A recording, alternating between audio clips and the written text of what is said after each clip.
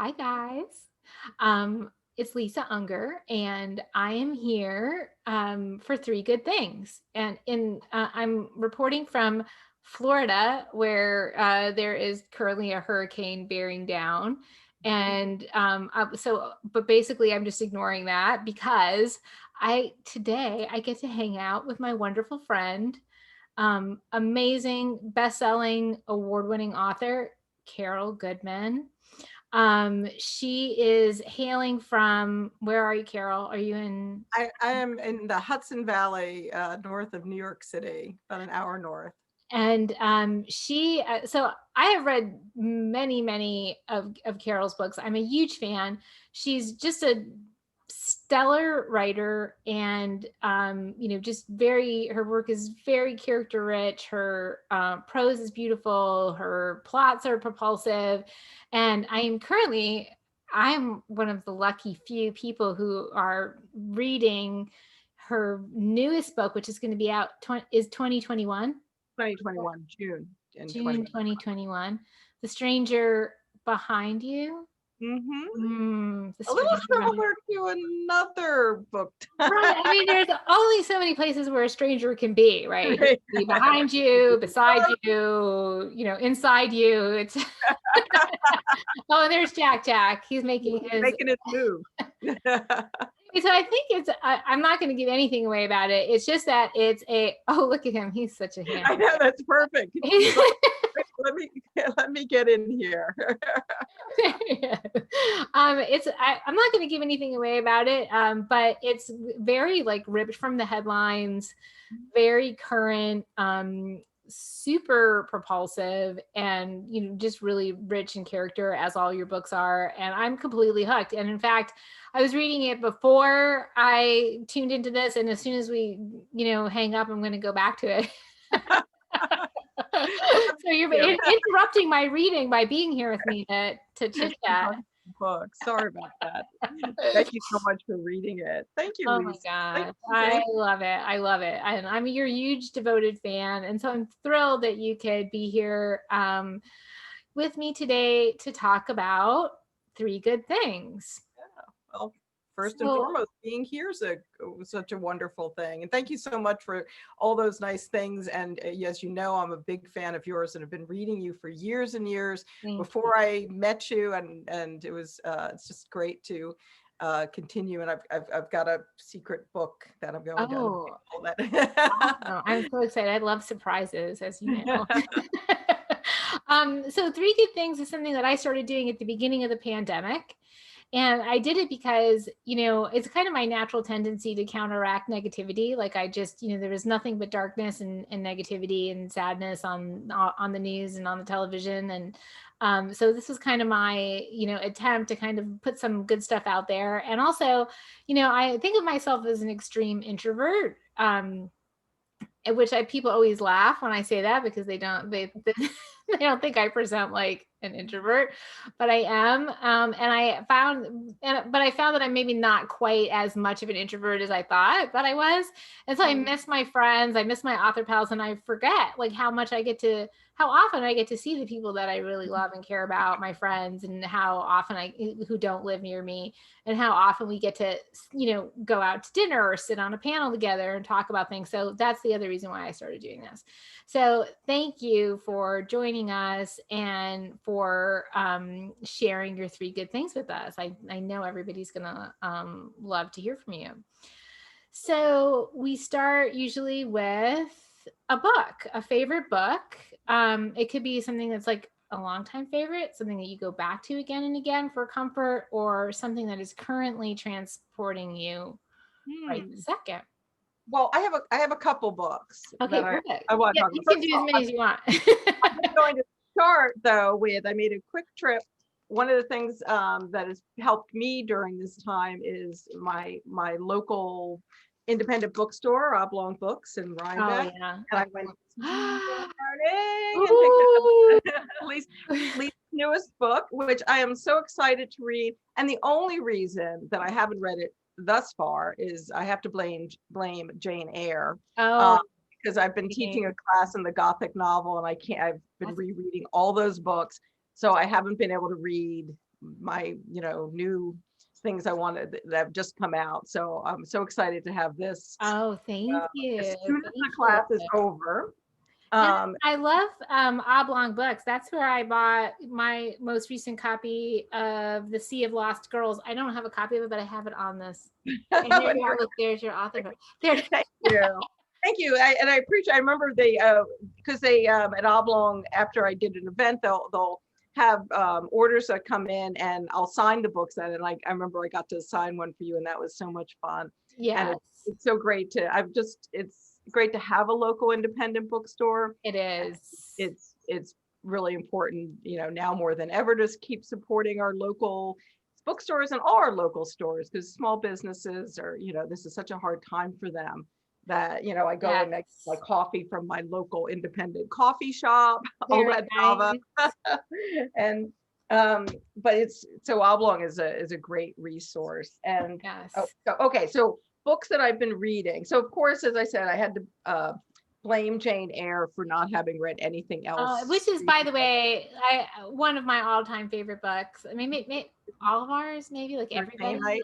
I've even got a little Jane pin on with the I am no bird who net and snares me quote on. So rereading for this Gothic novel class that I'm teaching at SUNY New Paltz, it's been great it was comforting to go back to those old books. I also reread Northanger Abbey. Right. Which was so much fun. I had forgot, I always forget how funny Jane Austen is. Yeah. And it was great to read something that made me laugh out loud. Yes. In the middle of everything that's going on. Right. And so that was great. But then I try to, in that class, we start with old books, and then we go to modern books. So 2 contemporary books. I try to draw a line from the Gothic into contemporary. So I just read this a couple months ago, and then I assigned for the class, Mexican Gothic by Silvia Moreno Garcia. And it's set in Mexico, and it has a very Gothic theme to it. It has all the, young woman going to an old house and their family secrets and all of that. And yet it's a Mexican woman. It's a woman of color. So it really kind of flips a lot of things about the Gothic.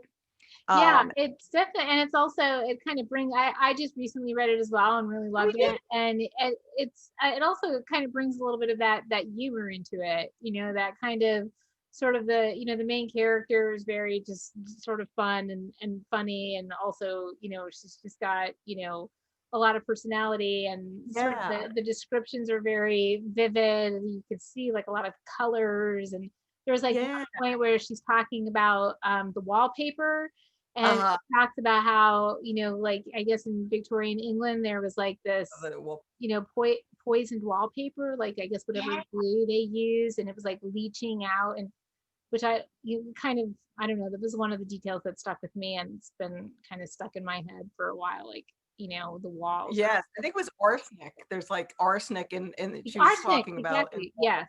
Exactly. Yeah. So I mean, the book is dark in places, but it can get pretty dark. But the heroine, whose name is Noemi, she dresses beautifully. She's like, oh, and I put on my, Right. You always know exactly what she's wearing. Like, I loved that about it too. Right. And she's in this, like up in the mountains in Mexico, but she's got her high heels on, she's got her little jacket. And she's very confident, which is, I like to see. So I like to see what modern authors are doing with the Gothic tradition. And so another book that I read earlier in the year, but that I assigned for my class, is The Ancestor by Danielle Trussoni. And this also, like, set now, woman takes a DNA test, turns out she's related to this like old family in the mountains in Italy.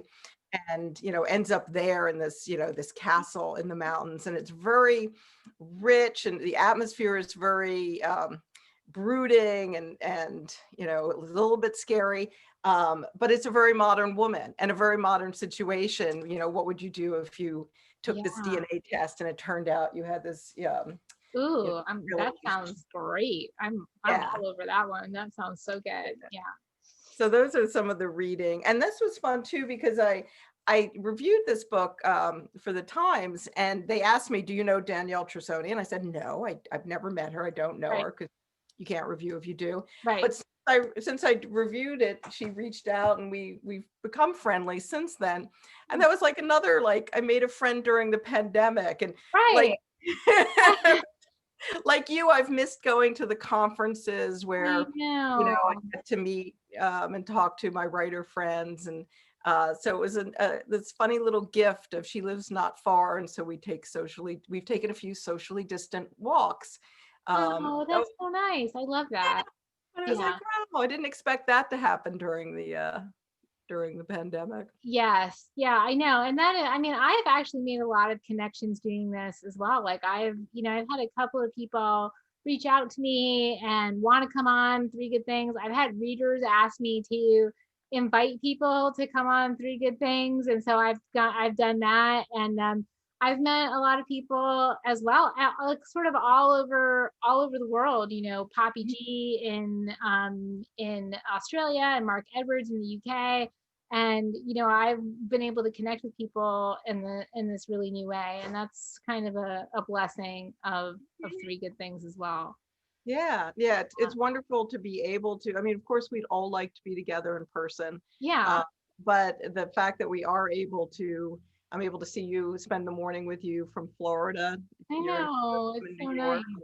Yeah, so we have to we make have what we have. we're adjusting, I guess, is Yes, the thing, yes, right? Yeah, we're definitely adjusting. yeah.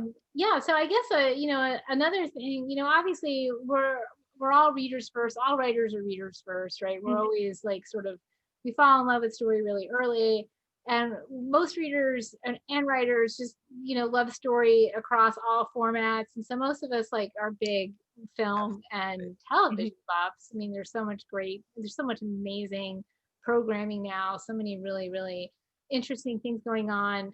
So is there anything that you're watching right now that kind of transported you, or Mhm. is there something that you watch again and again? Like I have a few shows that like I just turn on whenever I need some comfort, like Yeah. for example, What? The Crown. That's Oh, one The that Crown. That's I just watch and rewatch and rewatch it. I I don't know why. rewatch that. So I just, love it's very soothing. I'm not that. Calm British I probably need to go voices. turn it on. That's a good suggestion for rewatching, because I love television as Yeah. well, and movies. And I think, as you say, if you're a writer and yes, we came to stories first. Actually, I think I came to stories first just hearing my mother tell stories, Yeah. Oh wow. um, and then reading.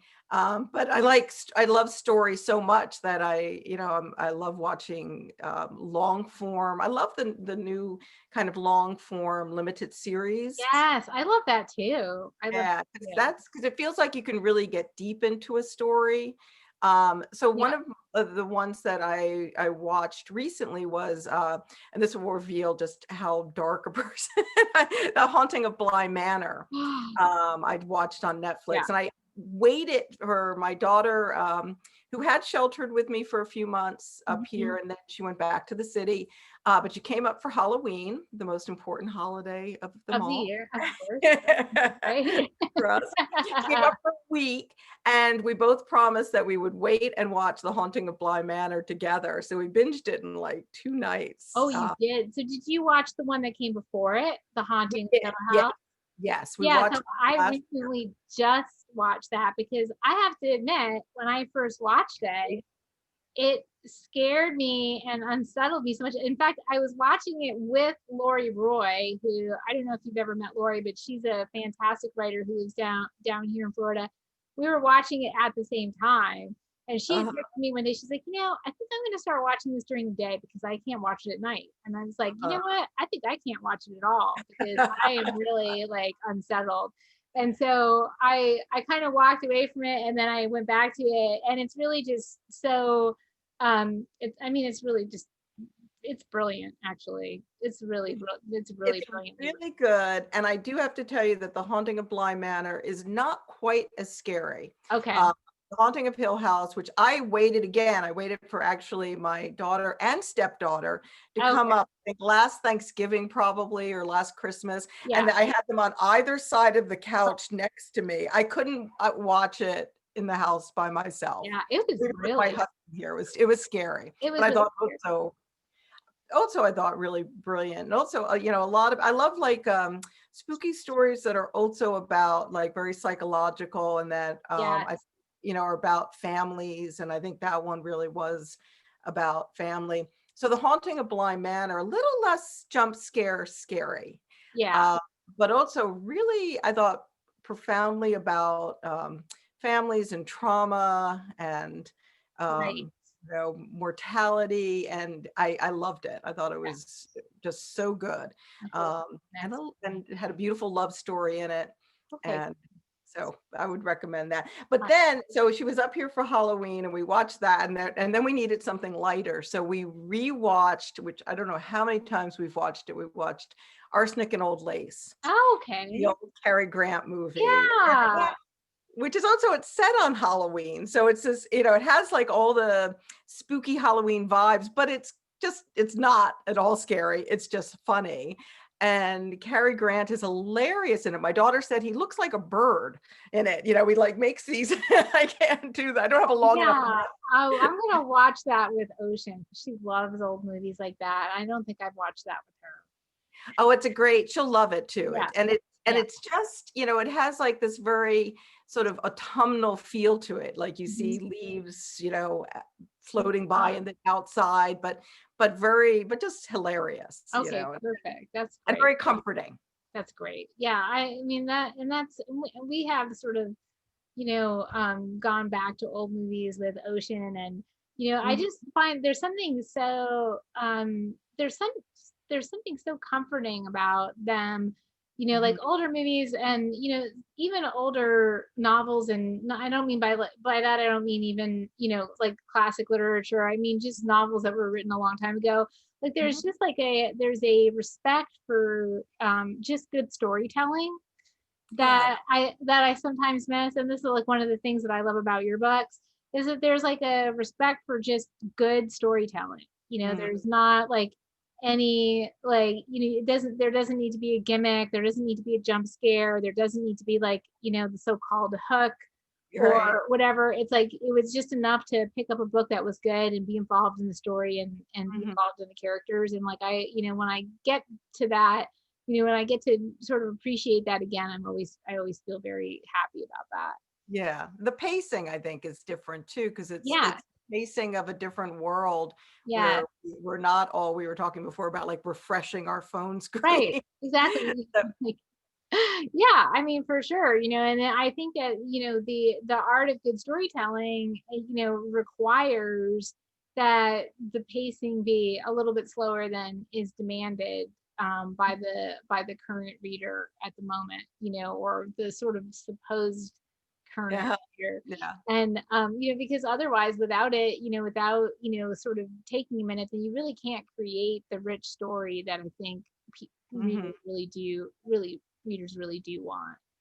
Yeah, and it feels great. But I always find that in your novels, that I feel that although I'm hooked right away, I feel like you take the time to really understand this character. I feel like you are really delving into your characters, and then I, as a reader, get to do that too. To have that the psychological depth Thank of you. that kind of really genuine storytelling. Yeah, I mean, for me, like that is I mean, character is king, you know. Mhm. I mean, I care about, all of it, obviously, setting plot, all the stuff, everything is like indivisible from everything else. You can't make a Yeah, choice, I don't think, or sacrifice one for the other. But for me, it's all about character. It's all about those layered characters. Everything flows from character voice. The absolutely. story unfolds for me on the page as it does for my characters. Hmm. So that's essential to me, that I get to know them in a way, a true way, and that my readers do as well. And I know you feel the same about yours. Yeah, no, and it shows when I'm reading your work. I can feel that you take that you respect your characters, Yeah. even the bad ones. Even if That they're awful, I still love them. I do. I love them all, even the most deranged and twisted of them. I have to. You can't. yeah, You can't have empathy for them unless yeah. you, Empathy is I yeah, think is key word. yeah, Yeah, absolutely. yeah. So we've all been, more or less housebound. I mean, I'm in Florida, so the rules are a little different down here. Mhm. But some of us, are still kind of, staying closer to home, and we're obviously, respecting the reality, the truth of the situation that we're in. And so we're reading a lot more, we're watching more television, more films. Something in our family is that we are also cooking a lot more. We're cooking constantly. We've always been big cooks, but now we're, just cooking. It seems like cooking constantly, Yeah. either cooking or cleaning, right? Like one or the other. So is there anything for you? Do you have like a comfort recipe that you and your family like kind of, like whenever anybody just like needs comfort, that you kind of like, Mhm. I'm gonna make X, or like I'm gonna order from Y or whatever, or is there something that just is your go-to like easy meal kind of thing? Well, so certainly I have been cooking more in the last 6 or 7 months than I had cooked for probably the last 6 or 7 years. Because my daughter was, grown up and gone away. And so it's just my husband and I here. And she came back and sheltered with me for a few months. So there's certainly a lot more cooking going on. And I think, and I'm not like a big cook. I'd say I'm sort of a moderate cook. I do Mhm. like, there are recipes that my mother taught me that, were handed down. I have the Fanny Farmer cookbook that she gave me when I went I think when I graduated from college, as if that's what I needed. Yeah, the Fanny, that's what you need. Everybody needs the Fanny Farmer cookbook. Oh, I love the fit. I open up the pages of that, and so it immediately like opens up to pancakes, and the pages are just encrusted with like flour and eggs from like the last 40 years or so. Uh, so there are things like I will make banana nut pancakes is one thing I'll make when family is here and Yeah, in the mornings, or lately I've been making pumpkin pancakes. right. Um, and there are different meals that I just made today. Butternut squash soup, which is sort of a go-to for me in the fall. It's Yeah, really easy. It has all those spices it has nutmeg and ginger and yeah. turmeric. It smells like pumpkin pie almost, Oh my but it's God, I'm still totally doing healthy. that. Yeah, that's such a great idea. Yeah. So, I've been cooking more, but also getting takeout and again, supporting these local businesses, and getting, Hudson Valley has great produce and has great, there are Yeah. a lot of farms here. And so I go to the farm stands, and it's also a nice way of sort of connecting with people in the community. Yeah. I stop off at the farm stand and they know me. One day the farm stand had, they have only 3 people can go in at a time because it's sort of semi outdoors, but it's Right. they were keeping down the number of people, and I was waiting outside, and one of the guys came out and he said, "Oh, I know you. This guy's coming out. You can go in now." And I was like, I feel so important. I'm like, You're beloved by I farmers in your know, area. my farmers everywhere. So yeah, we've been having a lot of over the summer. We grew some tomatoes and had a lot of salads, and now I'm getting apples, and they'll even at the farm stands have like homemade soups and chilies and stuff like that. Oh So yeah, a that's great. combination of cooking and I like the feeling, I think, especially now that we're coming into the winter, of the pantry's full. I'm taking care of the family. There's enough for us, Yeah. here. If we have to hunker down, Yes. Yes, for sure. we'll make it, which is I'm very grateful for. To Yes, for sure. Yeah, kind of I mean, has that. and yeah, and it's interesting too that, you kind of, those types of thoughts are probably new right, Mhm. for us, as you know. And I think that it's interesting to see all the different ways that our thinking has changed during this time. And Mhm. like the things that are, you suddenly, not that you didn't realize that these things Mhm. are important, but your family and your friends and your community, and how you all support each other, like that is, I Mhm. think, something that we're all noticing more than maybe we ever noticed it before. It's become so Yeah. important. Yeah, and to make those, yeah, to sort of check up on people, and Yes. people are doing okay, and checking in with people and making connections. Yeah, absolutely. I mean, you have to kind of do that. And I think the other thing, and this is one thing that we were talking about before we hit record, is that like how important it is right now to support people in your community. Mhm. I know that like it is a time where, I think a lot of us are wanting to hunker down, and I think the tendency can be to isolate when, Mhm. when it may not necessarily be the thing that you don't necessarily need to be isolated. You need to be careful. You need to protect yourself. You need to protect other Right, people, but that's different than being isolated. And right. so I think that, to continue to kind of think about that, and also to like reach out, not just to the people in our community, but also the local vendors, the Yep. local booksellers. You were talking about Oblong. In my Mhm. area, I have two amazing independent stores, Tombolo Books in St. Pete and Oxford Exchange in Tampa. And, Mhm. there are also a lot of just kind of, even if you don't want to eat out, like local restaurants, a great thing to do is to just buy some gift cards for your gift giving, early as possible this holiday season. Mhm. Because everybody's kind of struggling, Yeah. so, gift cards to local vendors, supporting local Mhm. craftsmen, your local bookstores, like that's just a really good way to support your community, Yeah. within your budget and what you can afford to do. But if you can afford to do your Christmas shopping early, Mhm. it's probably a good year to do that. Yeah, that's a great idea, and it Yes. is so important. It makes everyone feel more connected Yeah. and isolated. That Yeah. uh, we might be in our homes, but we're aware of everybody out there, and Yeah. supporting each other.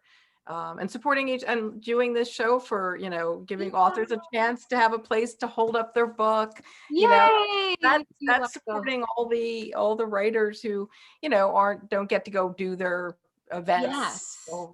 outside. So that's, you're doing that, keeping it Yeah, that's what I love. I love doing that. I love, I think that our community, especially like sort of the Mhm. mystery thriller Yeah. community, it's just like you wouldn't expect it, right? You expect us all to be like, with daggers or whatever, but we're not. We don't have any daggers at all. We actually are just That super we supportive know of of. each other. Exactly. Plot twist.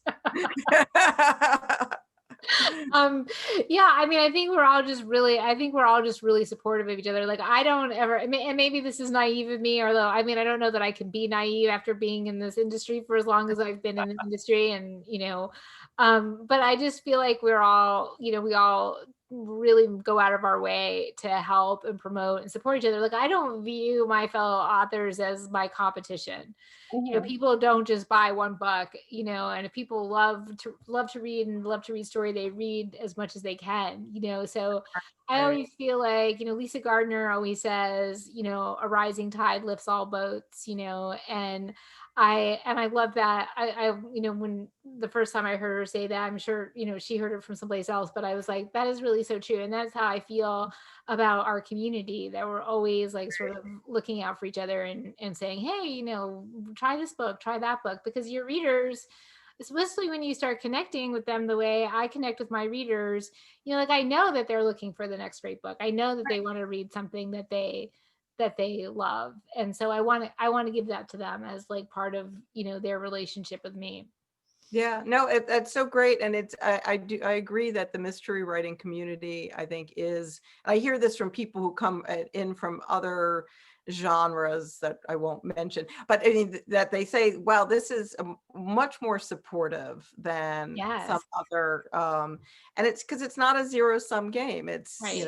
it's, a person is going to read your book and then look for, something that you would, that they Yeah, would like. like what's like this or whatever, Yeah, what, what right. else would I like? Because people just, readers especially, they just, they love and appreciate just be that feeling of being transported. And even as writers, we all know, like, we're readers first. I've said this about 100 million times, but like we all know that feeling, like when you open a book and you're like, which is currently the feeling I have about your book, the stranger behind me.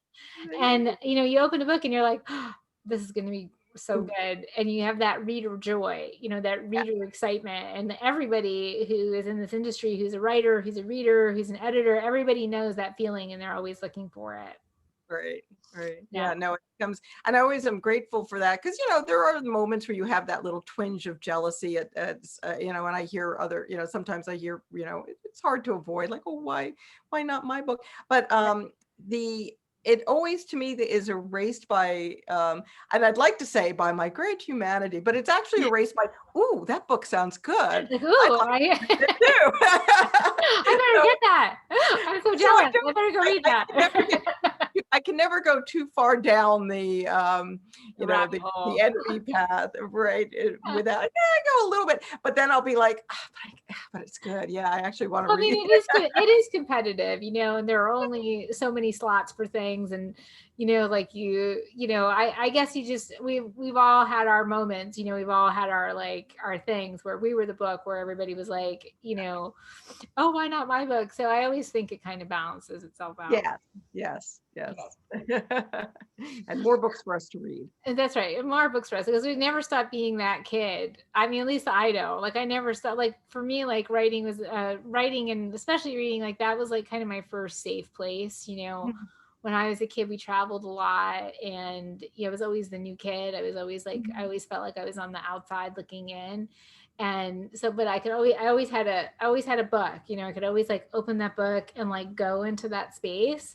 And so, I think that you never stop being that kid. I never have. I never want to stop being. And to to recommend a book I feel this a lot when I'm teaching, because I'll have a student get really excited about a book that I assign. Yeah. And it's such an amazing feeling, and that you've changed their life a little bit, or that book has changed their life, and you've been able to hand that book to them. And if you know how much reading has helped in your own tough times, and I know for me it's gotten me through pretty tough times, to be able to give that to somebody else, to me, is like the highest goal of a writer. And even just as a reader, to pass that on to other readers. Yes, absolutely. Well, on that note, I think we've given the people who are watching Three Good Things, you have a ton of great recommendations for book and film and recipes. Butternut squash soup. Butternut squash soup. Which I'm totally making. Look at all these great books. Don't forget to hold up your book. Oh, confession. Yay. I'm reaching all over. Girls. And then the one I'm reading, which will be out next year, you guys are going to have to wait for that one, but The Stranger Behind Me is super exciting. It's an excellent read. So you can have that to look forward to, and what we hope will be a post-pandemic a post-pandemic book tour for you next year, Carol. That's my wish for you. I hope to see you and that we get to see each other somewhere. And in the meantime, just a loving reminder that if you can afford to do it, do your Christmas shopping early. Try to support local vendors, local artists. Think outside the box in terms of give some gift cards from your local restaurants and places like that, just to whatever you can afford to do to support your community, because you move there and you live there because you love it, right? And so you want it to continue to thrive and be a safe and happy and good place for everybody who lives there. So that's just one way that you support your community. And in the meantime, thank you for watching Three Good Things. Carol, thank you for joining me. You're wonderful. I'm glad we get to connect in this way. Thank you so much, Lisa. This was fun. Thank you, Carol. Bye. Bye.